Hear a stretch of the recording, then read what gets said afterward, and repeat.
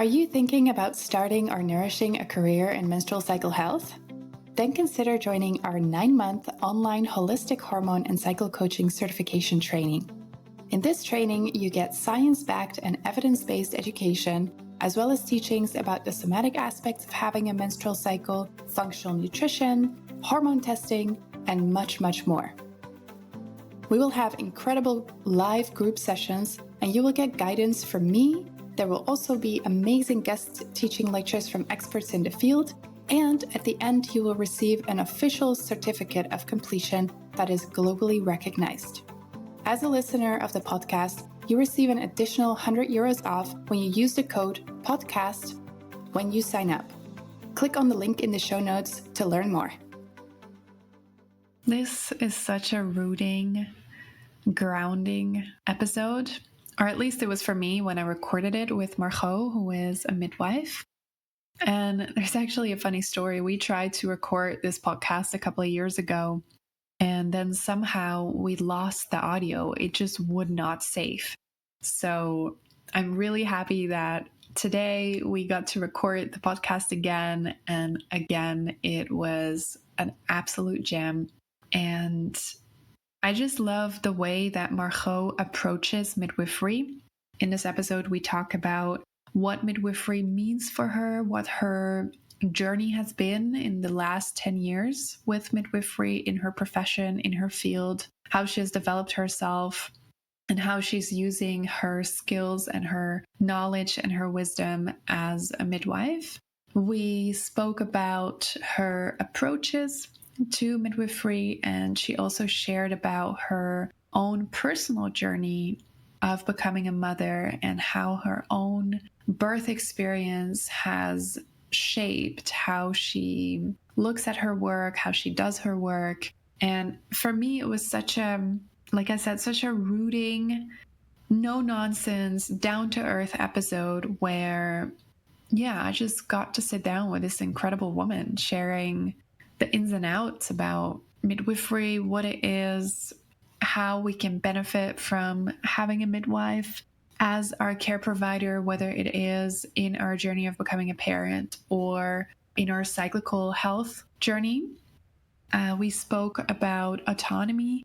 What is autonomy when it comes to our bodies? What is autonomy when it comes to birthing our babies? Why is autonomy important? What happens when there is no autonomy available to us, or we feel that it's not available to us? And the way that Margot just approaches this is so enlightening and so clear. And I cannot wait for you to hear our conversation. And I really hope that it gives you some insights and some tools and some perspective on how to approach your journey if you are deciding to become a parent in this lifetime and to birth your children into this world. And this episode is also for people who work in birth, because Margot also offers support and knowledge to people who work in birth. And I think she does that in an absolutely unique way. And in the episode, she'll share how she does that and why it is important as birth workers that we have access to information like this. And without further ado, enjoy listening to this podcast. Let us know what you think about it. You can find all Margot's information in the show notes if you want to reach out to her, if you want to follow her work, and enjoy this episode. And if you have a moment, feel free to share with us what you think. And feel free to rate the podcast. It really helps us to spread information like this. Hello, friends. My name is Iris Josephina. I'm your host, and you are listening to the Planting Seeds podcast. On the Planting Seeds podcast, we explore how we can cultivate a more gentle relationship with our cyclical bodies, the earth, each other, and the world around us through using our senses, science, the subtle, and the sacred. On Planting Seeds, we talk about all those topics you've always wanted to talk about. We are shamelessly opening up the conversations that we all so desperately need to settle in our precious bodies and relate to each other in a more open, truthful, and empowered way. I'm so glad you're here today.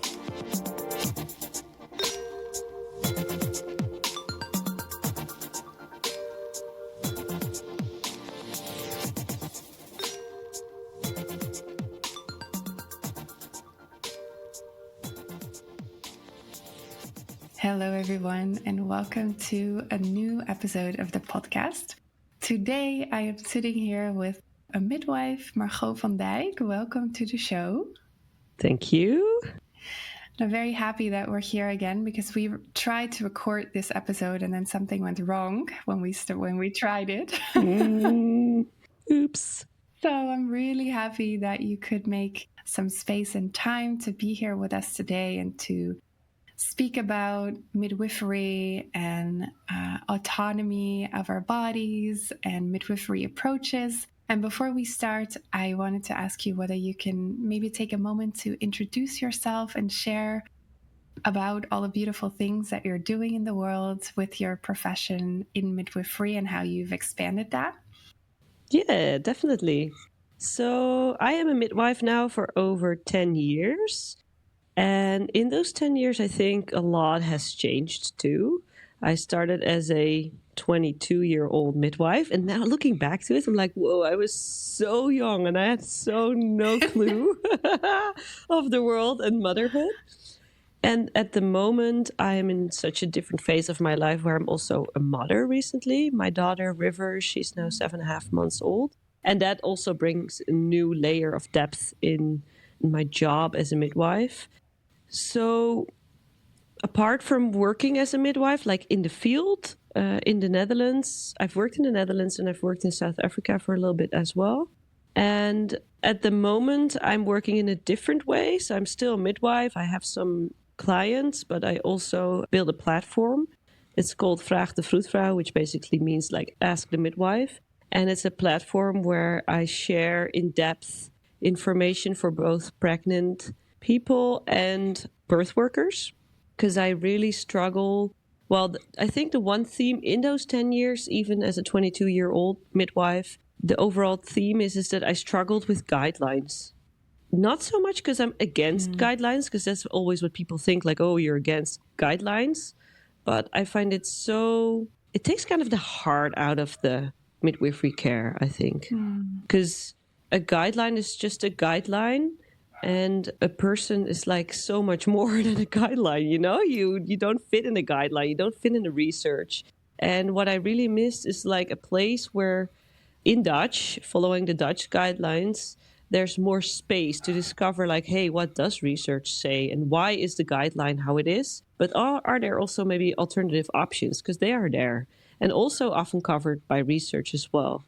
So yeah, I built that platform and that's now 2 years ago. And that's going really well as well. So I'm really happy with that. And it's, I think, like the right information or more like spectrum of information, I think it really helps women or pregnant people to make their own decisions and already take like ownership of the process of being pregnant, giving birth, and becoming a parent. And I realized that if I only talk to pregnant women, then I kind of miss one step. So this is why I really included the birth workers. And at the moment, I think the birth workers are more the main group of people that I work with on the platform. So I write articles, give masterclasses, and provide information in many different ways. So that's how it looks like right now.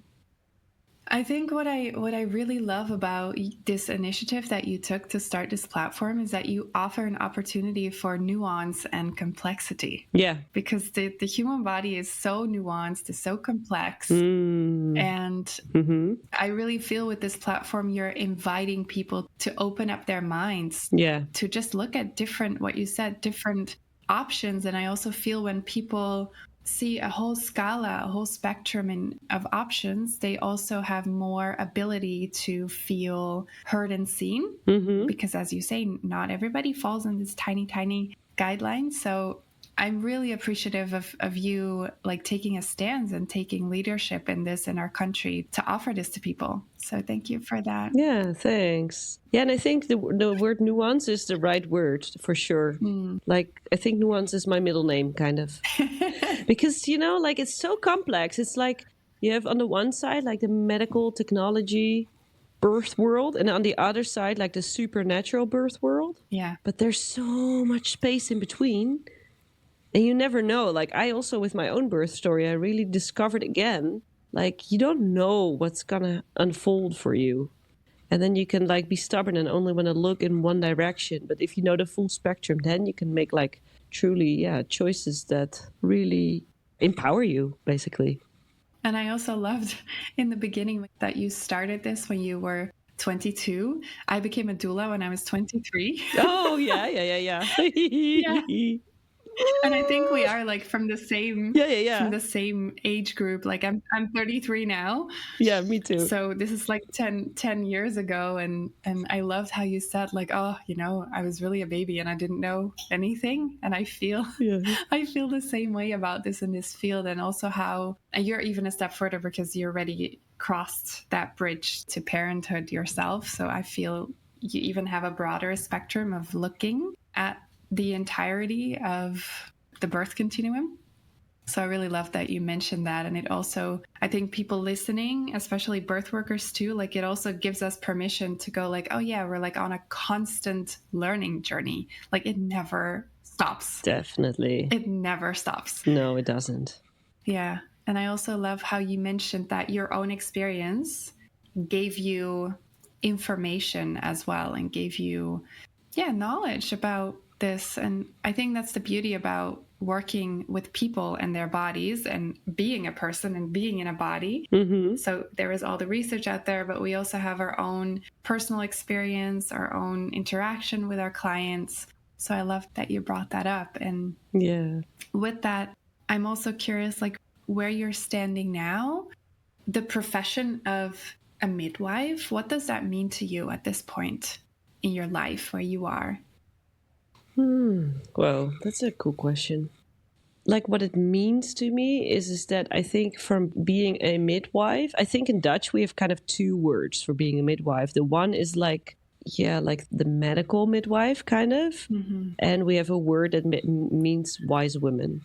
And I think I transformed over the past 10 years from the like medical midwife with only knowledge on the medical scope of practice to a wise woman midwife, where I feel I am more a guide to women and their partners.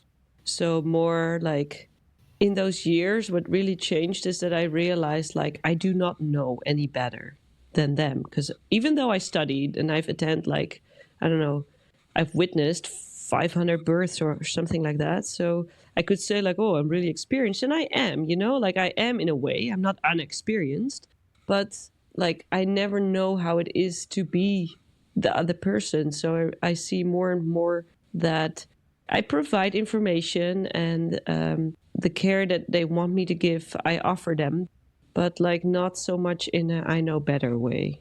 I think that's the biggest difference where I'm now. And the funny thing is, in the beginning I said like my job as a midwife, and then I've always said like being a midwife doesn't feel like a job to me.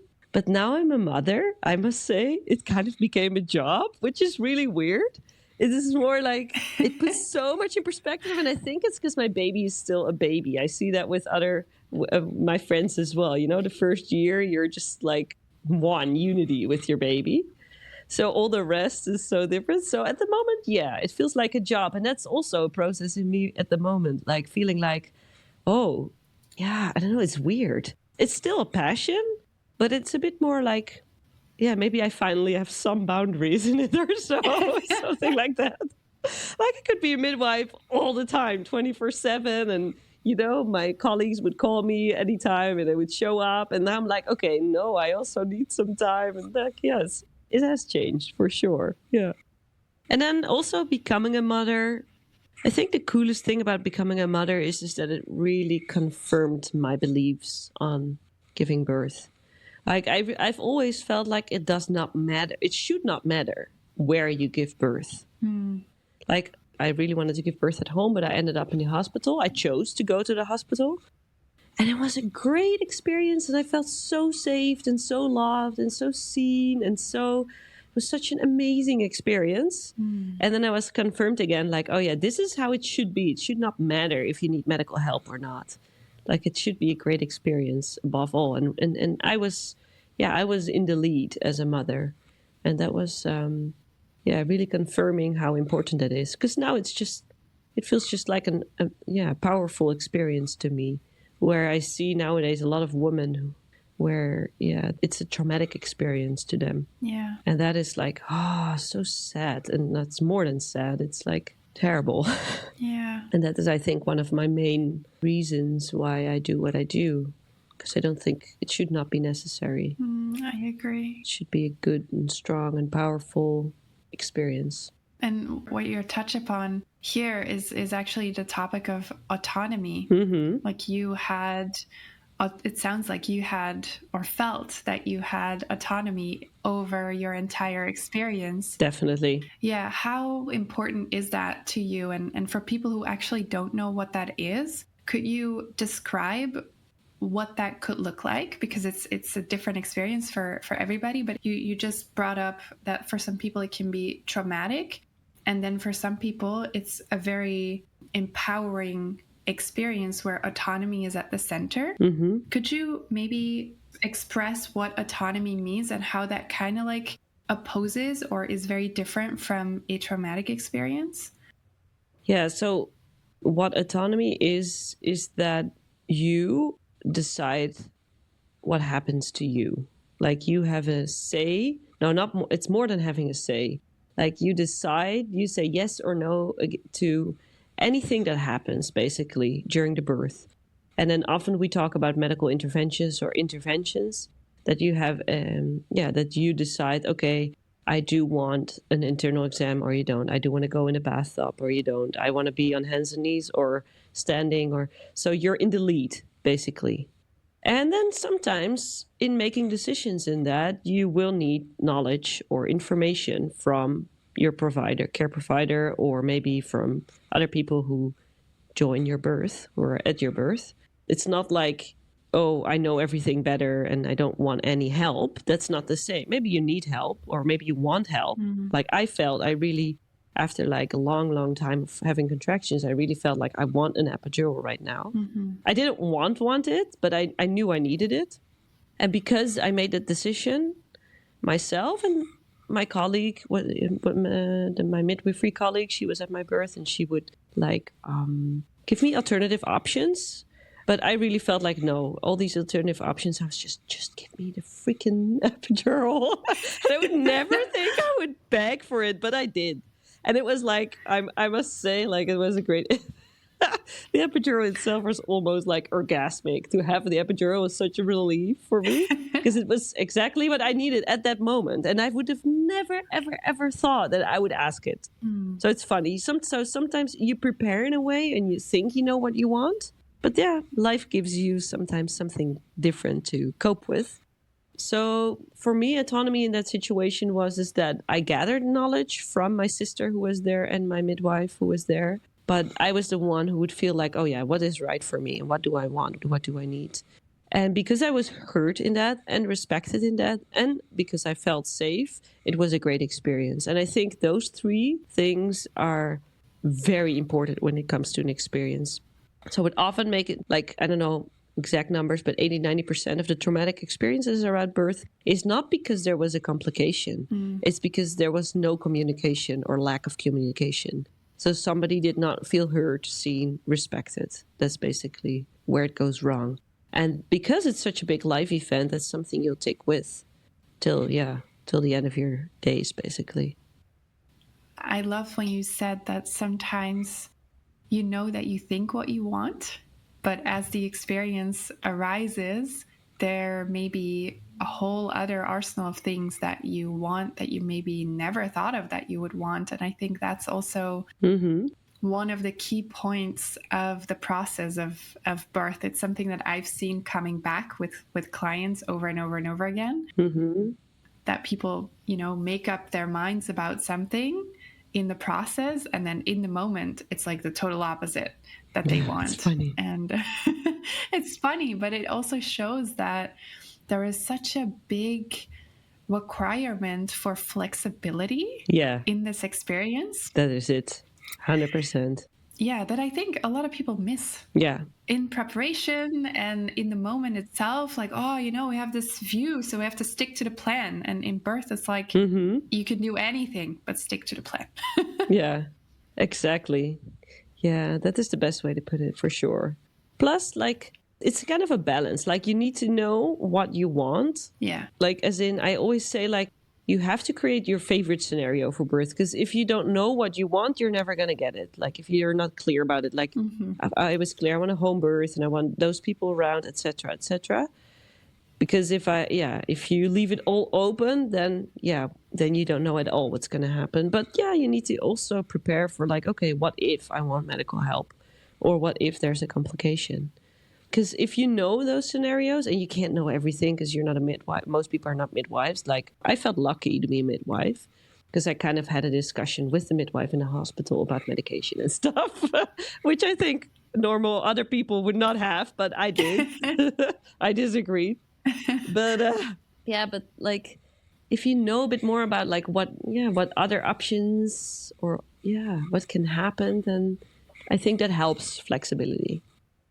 Yeah, I think if you have knowledge, the opportunity for flexibility broadens, for sure. Yeah. Yeah.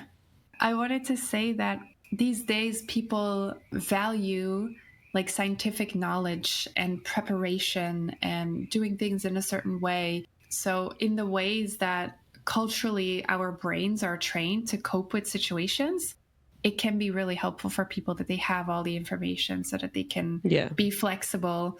Because security and knowledge is often a requirement for people to open up to flexibility, because they have, like, the semi-control of, this is what can potentially happen and these are my options. Yeah.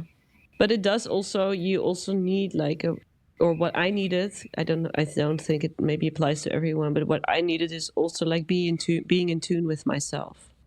Like, listen to myself and really, like, feel what is going on in my body and feel what my body needs, or what I think my body needs. So, but we're sometimes a bit maybe too stuck. But that's always the difficulty, because my whole platform is about knowledge and science and blah, blah, blah.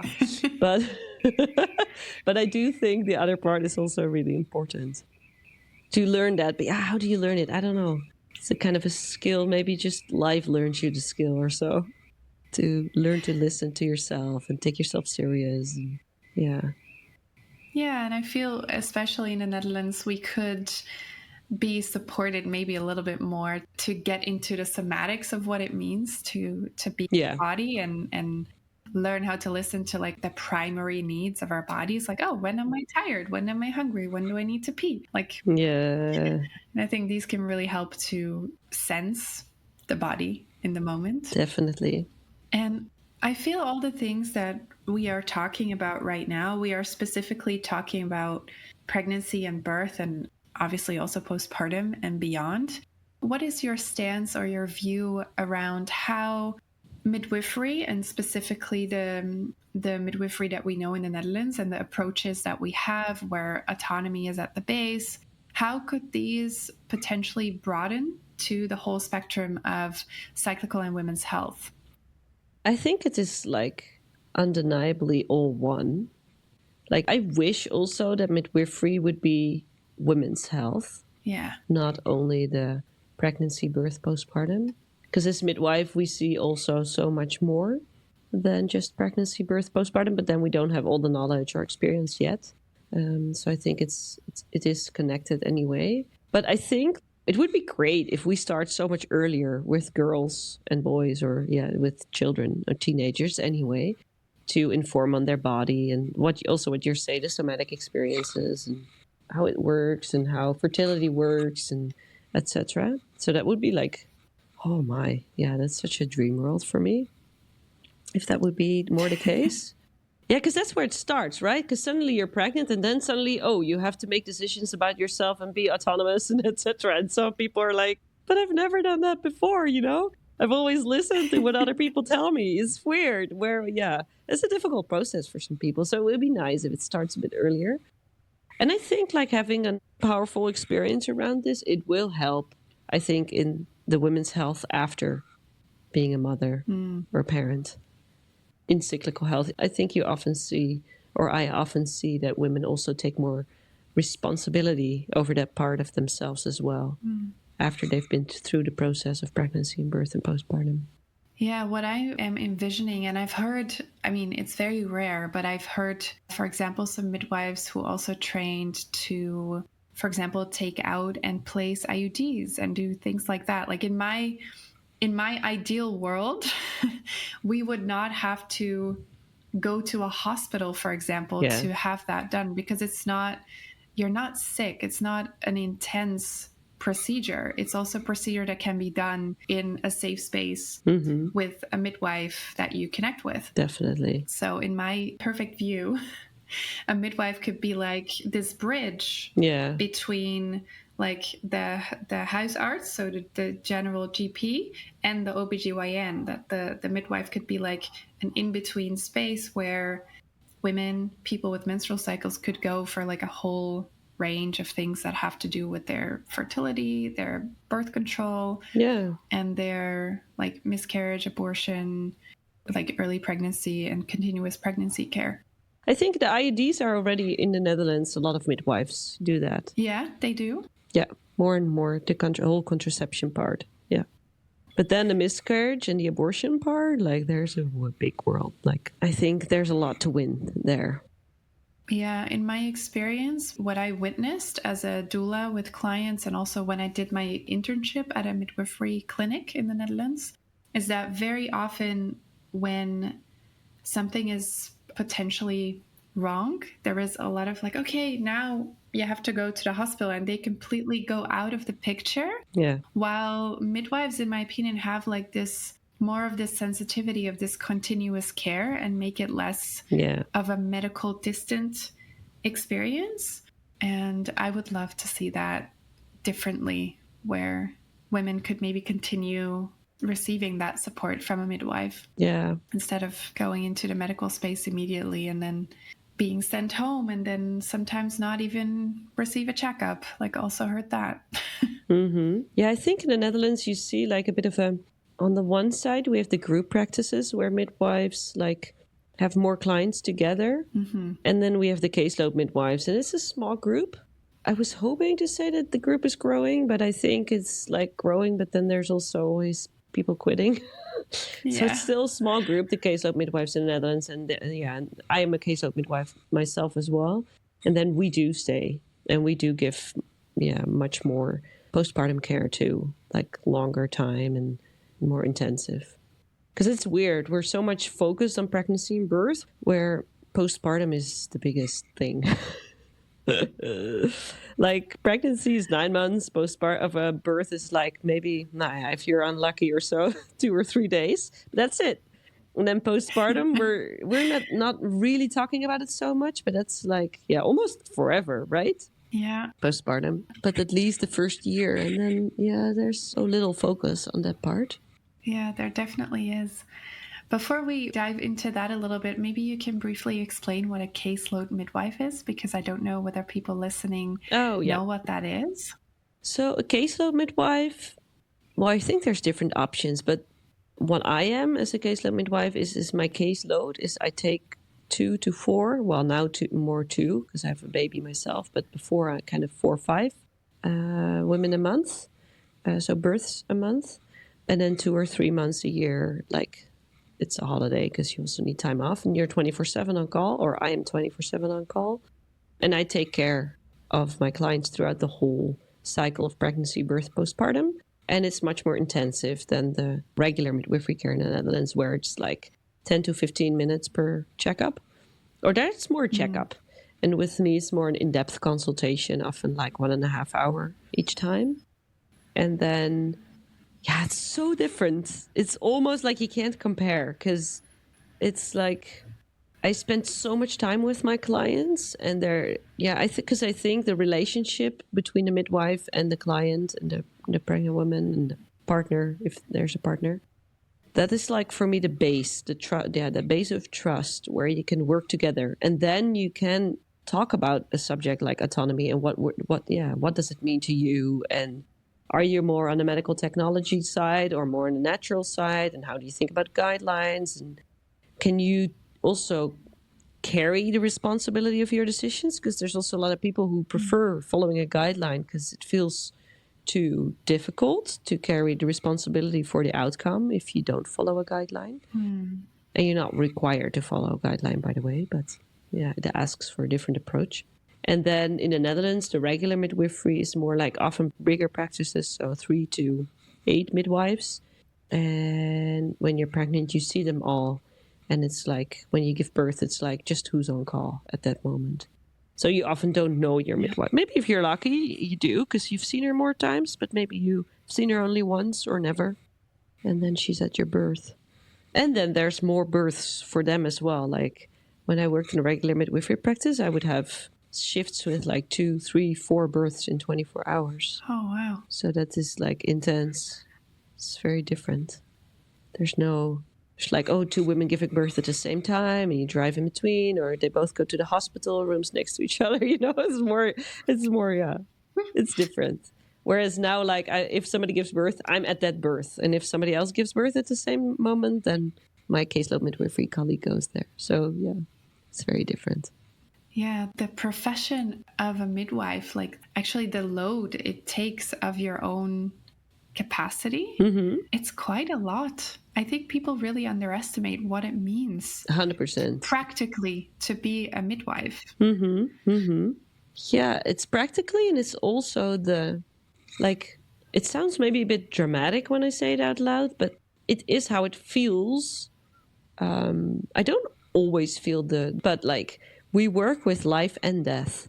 Like we work on the border kind of, or I sometimes say like we work through the same gate, where life goes and where death goes. Yeah. And the responsibility that comes with that, like I'm not responsible for the outcome because I can't, like I'm not like God or however you would call it. Like I can't decide on life or death, luckily. But the feeling of it, that you work with life and death can sometimes be very intense, especially when complications arise. Yeah. Or when somebody wants something outside of guidelines, or when somebody wants something very different than you think is best for them, etc. Then, sometimes there's conflicts that arise for sure. Yeah. Thank you for bringing that up. You give me goosebumps when you mentioned that, because I think a lot of people don't understand also the mental and emotional flexibility you need to have as a midwife to just do the profession, to just do whatever it takes to be there to support a client. And also what you just mentioned, when someone wants something that falls out of the guideline, you need to use your moral compass and see how it fits into the situation, but also, how does that fit into what is legally possible, and how does that work for you? How does that work for your client? Where's the liability? So all these things. Thank you for bringing that up. It's a huge responsibility, and I have so much respect for people who, dare to be on the front line of this and do everything they possibly can to support their client, because eventually that's what you do. And then I think for me, it makes it easier to be a caseload midwife, because then I build a relationship with my client. And in that relationship, I can also I work with the relationship basically. And then I can also see why other midwives work more in a regular practice, because they prefer more to be off or to work in a different way. I don't think it's a wrong way, but for me, this is really meaningful to me, to work this way. Yeah, I think it's beautiful to be able to work this way. And I also feel really blessed that, it's still possible in the Netherlands. Yeah. Like I worked and lived in countries where, I worked as a doula in Malta, and the profession of a doula is completely illegal. Like there is no, there is no protection at all. And here in Portugal, it's a little bit different, but it's still tricky. Yeah. Like right now, it's intense. And even as a midwife here, it's, I'm not a midwife, but I know midwives here. It's a very different experience than in the Netherlands. And I think we're really blessed there. Yeah, especially when it comes to home birth. I've also talked to 2 midwives in Portugal because I was there, and like 2 midwives. But oh my, it seemed like that whole responsibility is so much bigger.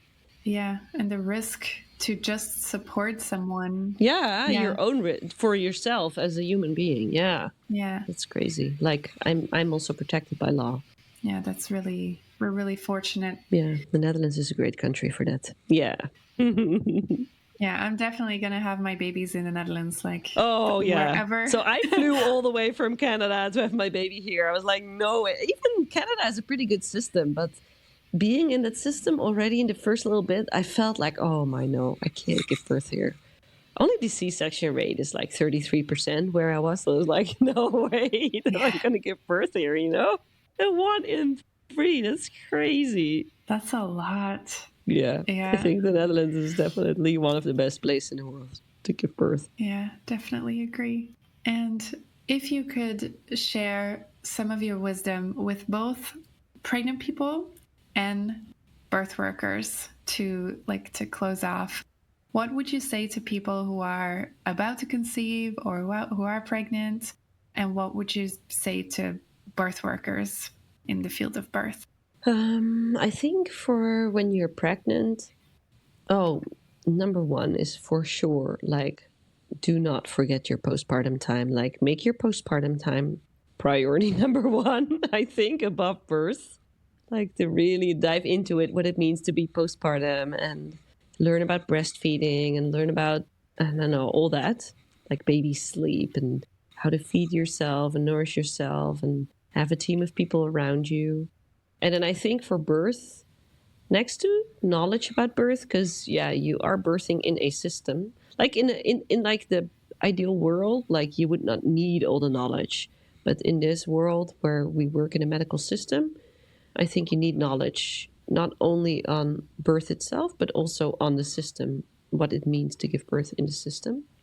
Not because it's a terrible system, but it can be difficult to navigate in some ways, and therefore I think it's really important to have a really good birth team. So the people around you who you invite to your birth is super, super important. And if you have a midwife or another care provider or who else, and it does not feel okay at your birth, just don't do it. Search for somebody else, even if you're 41 weeks, you know, like switch midwives or care provider. Because I think your birth team is going to play a big role in how safe and respected and seen you will feel.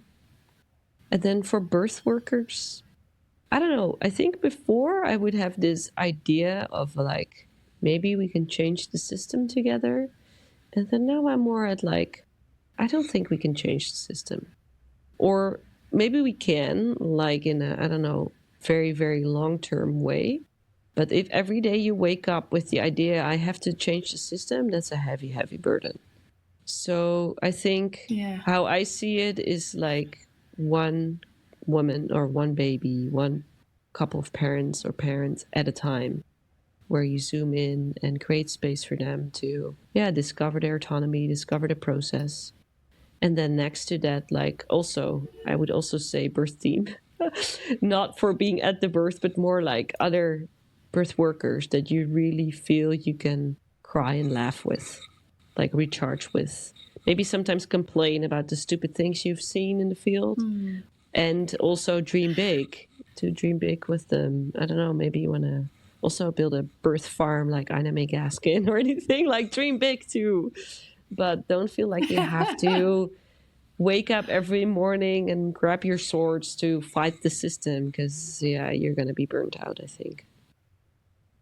Yeah, I love that you brought up to not have the feeling that you need to fight something. I feel everywhere in our society there is this attitude of having like to fight the big systems regardless of the field that you're in. But the harsh fight will completely distract you from the passion that you can have for the field that you chose. And I think as a baby doula at 23, I definitely had this feeling of like, we need to like change the entire system and it's really bad. And it actually burned me out, like you said. And it's now like enjoying like the small steps, the small victories of your clients and seeing them transform in front of you. Like how powerful is that you can, at such a short period of time of like 9 months or briefer, that you can see this person transform and also see them make this rite of passage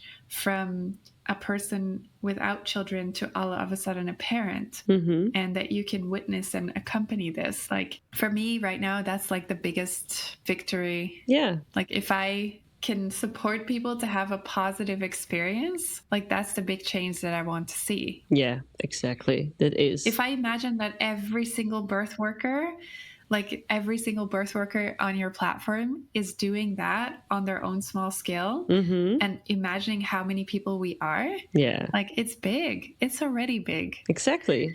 I think so too, for sure. And then it's much healthier for yourself as well.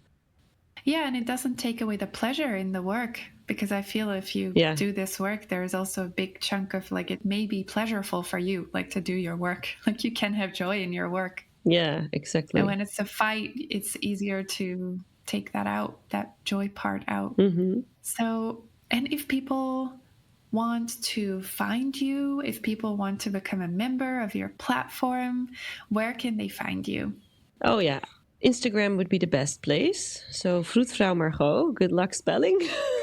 The Dutch word. I'll put it in the notes. Yeah. And then my platform is vraagdevroedvrouw.nl. So that is where you can find me. Yeah, that are the main sources. Amazing. I will paste all of that in the notes so people can definitely find it. And I just want to, reaffirm, like this platform has a part for birth workers, but it also has a part for people who are pregnant. So in whatever field you belong, whatever group you belong, definitely, there is something for you. Like if you're trying to get pregnant, if you are pregnant, if you're postpartum, or you're a birth worker, you can be satisfied on that platform for sure. Yeah. Yes. And I just want to thank you for your time, for your wisdom, for your knowledge, for all the work that you do, and for coming on here to share it with us and share your passion. Yeah, thanks so much. It was a pleasure. Thank you so much for listening. If you enjoyed this episode and you'd like to help support the podcast, please share it with others, with your friends, with your family, post about it on social media, or leave a rating or a review on all the platforms. To catch all the latest news from me, you can follow at the Planting Seeds podcast on Instagram or at Cycle Seeds on Instagram, or you can go to my website www.cycleseeds.com. Thank you again so much, and I'll see you next time.